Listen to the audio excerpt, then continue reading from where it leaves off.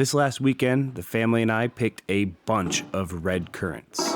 In fact, there were too many to process in a single batch. The total yield was 3.5 gallons from this single bush. So after picking up the mess, we split it into 2 batches of about 1.75 gallons each. Now the first step in making red currant jelly is to break down the berries into a filterable juice mash mixture. In order to do this, you need to add 1/2 cup per every quart of berries and stems that you have. And yes, I said stems because you use the stems as well to increase the level of pectin that you have, so you do not need to add any with this recipe. Pectin is a naturally occurring fiber found in fruits, and usually you have to add a little bit of it in order to create a jelly that solidifies nicely.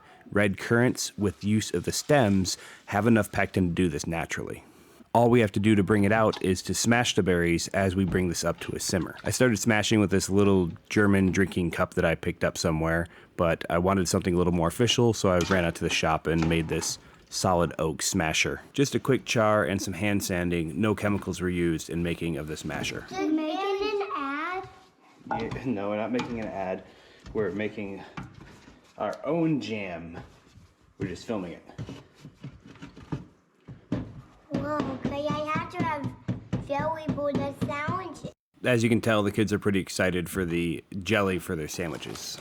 I'm using a clean filtering cloth here. I know it doesn't look like it. It's been washed and rinsed thoroughly. It's just that I use it a lot, so it ends up getting stained with a plethora of different berries and juices. So at this point, remember, we only have added 1/2 cup of water per quart of used currants, no other ingredients. Our simmer time was under 2 minutes to ensure that we don't risk jellying the jelly before we want it to gelidify. I paused the voiceover and Googled it. It's jellify. All right, time to tie this up with a little bit of 550 cord and let it drip into the bowl. A lot of the online recipes say to not squeeze this filtering cloth as it's dripping because you could end up making the jelly cloudy.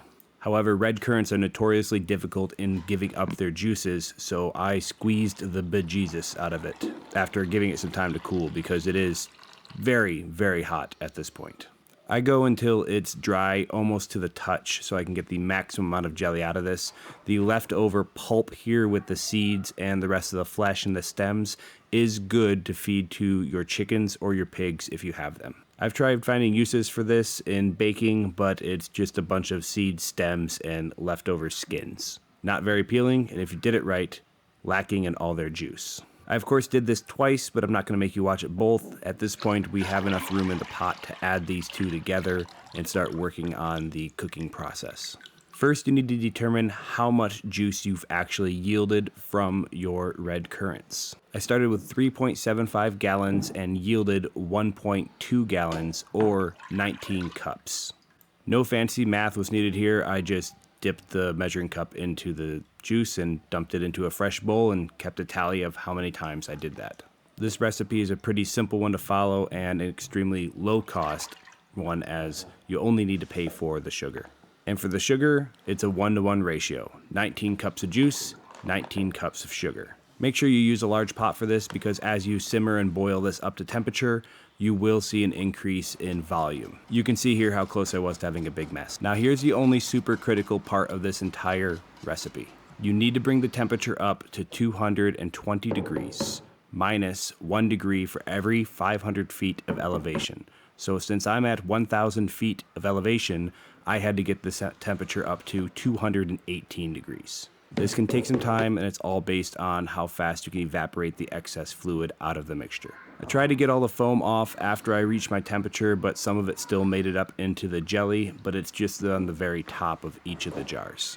There's nothing wrong with that. It's just more aesthetically pleasing if there's no bubbles sitting on top of the jar when you open it. And don't worry, none of it went to waste. The kids ate it ravenously after it cooled.